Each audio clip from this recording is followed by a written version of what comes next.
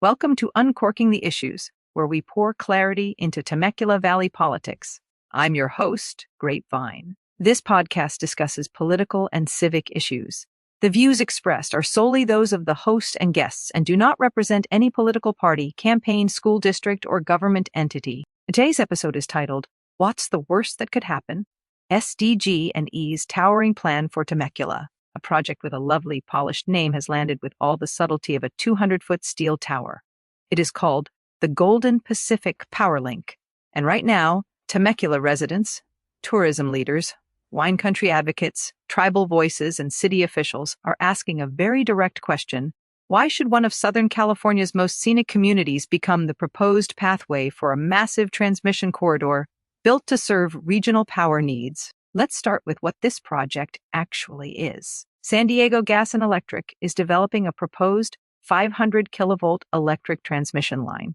The preliminary route runs from the existing Imperial Valley substation near the Mexican border across portions of Imperial, San Diego, Riverside, and Orange counties, ending at a new substation near the San Diego and Orange County border. For Temecula, the city says the proposed corridor would run through or near State Route 79, Temecula Parkway, Temecula Creek, and the Santa Margarita River. That is not an abstract line on a map. Those are places tied directly to daily life and Temecula's identity. The project is still in an early planning stage. No final route has been selected. San Diego Gas and Electric says it plans to file with the California Public Utilities Commission later this year. If approved, after environmental review and permitting, construction could start in 2029, with the line operating in 2032. So this is not a done deal, but once a corridor appears on a public map, people beneath that dotted line start paying attention.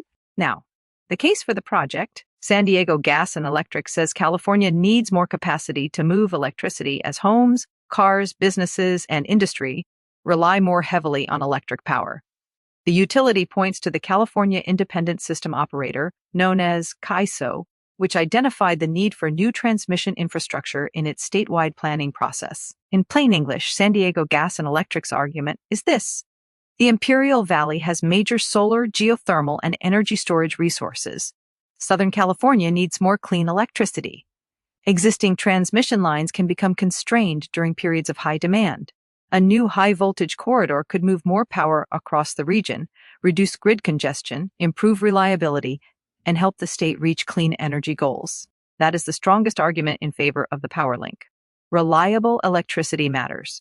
California cannot say it wants cleaner power while refusing to build ways to move that power where it is needed. There is also a cost argument from San Diego Gas and Electric.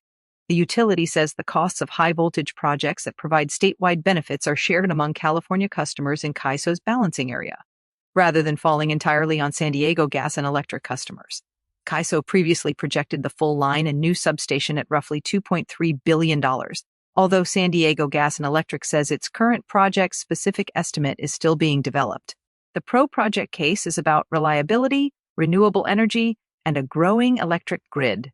But now comes the part utility presentations tend to place in the less glamorous slides. Where exactly do you put a project of this size, and who absorbs the damage? Opponents say the corridor may require towers roughly 150 to 200 feet tall, rising above a landscape associated with vineyards, tourism, tribal lands, creeks, open space, and neighborhoods. For the Temecula Valley tourism and wine industries, that is not a cosmetic concern. Visit Temecula Valley and the Temecula Valley Wine Growers Association have jointly opposed the proposed route. Their argument is that scenic character is part of the local economy. Wineries, hotels, restaurants, wedding venues, small businesses, and tourism jobs benefit from the rural feel of the valley. They also raise wildfire concerns. Temecula and the surrounding backcountry know exactly what high-severity fire conditions look like.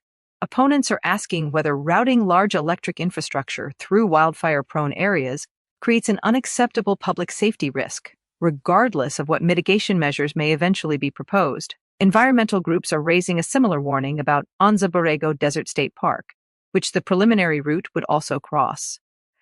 The Anza Borrego Foundation argues that a massive transmission corridor through protected wilderness could damage habitat, scenic landscapes, dark skies, cultural resources, and the experience of California's largest state park. And then there is the local fairness question.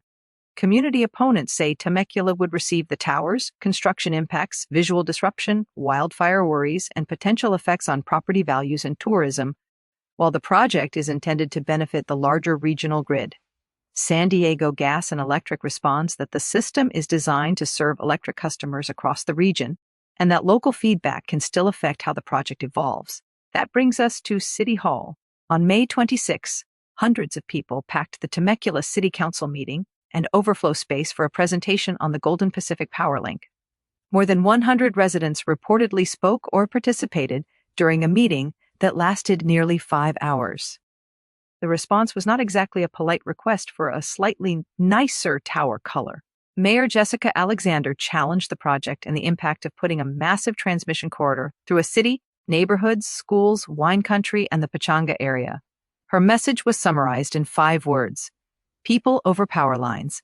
Every time, Mayor Pro Tem Matt Ron sharply questioned the transparency of San Diego Gas and Electric's outreach, criticizing maps presented to the city and asking how a process can be called open and transparent if the community believes important route details were not clearly presented. Council member Brendan Kalfas has also publicly opposed routing the project through Temecula Valley, citing the community and wildfire concerns.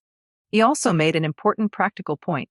The city can organize, object, submit evidence, and fight for alternatives, but the final approval process runs through state agencies, especially the California Public Utilities Commission. City Hall can send a powerful message, but it cannot simply wave a corkscrew and make the corridor disappear. Residents raised concerns about homes, children, neighborhoods, fire safety, property values, schools, and the character of the valley. Tourism and wine leaders say the proposed route risks the identity Temecula spent decades building. Pechanga leadership has also been reported as opposing the proposal. What is San Diego Gas and Electric saying in response? First, the company says the need for the project did not originate as a local land use preference. It came from the statewide transmission planning process led by CAISO. The start and end points, the utility says, are tied to regional grid needs. Second, the company says the Temecula corridor is preliminary, not final. San Diego Gas and Electric says it is at the beginning of studying and analyzing routes, and that it is sharing information early in order to understand local priorities and potential impacts. Third, the utility says environmental review is still ahead. The project would need state and federal permitting, including examination of impacts and alternatives. In that process, wildfires, habitat, cultural resources, tourism, neighborhoods, alternate alignments, and whether the line should avoid Temecula will need to be part of the public record. So where does that leave Temecula? Here is the honest answer. California may genuinely need more transmission capacity. Clean energy goals do not become reality through press releases alone. Somebody has to build infrastructure somewhere. But communities are also justified in demanding that a project of this magnitude prove its case, prove its route, disclose real alternatives, explain costs, address fire and environmental risk, and demonstrate why a populated, scenic, and economically important valley should bear the burden. The choice is not simply electricity versus no electricity.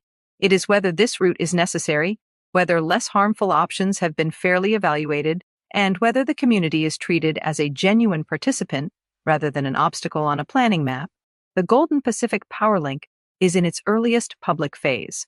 That means the most important period for local voices may be right now, before the formal application hardens into years of filings, maps, technical reports, and regulatory hearings. For San Diego Gas and Electric, the message is that Temecula is not a blank space between substations. For Temecula residents and leaders, the message is that opposing a route is only the beginning.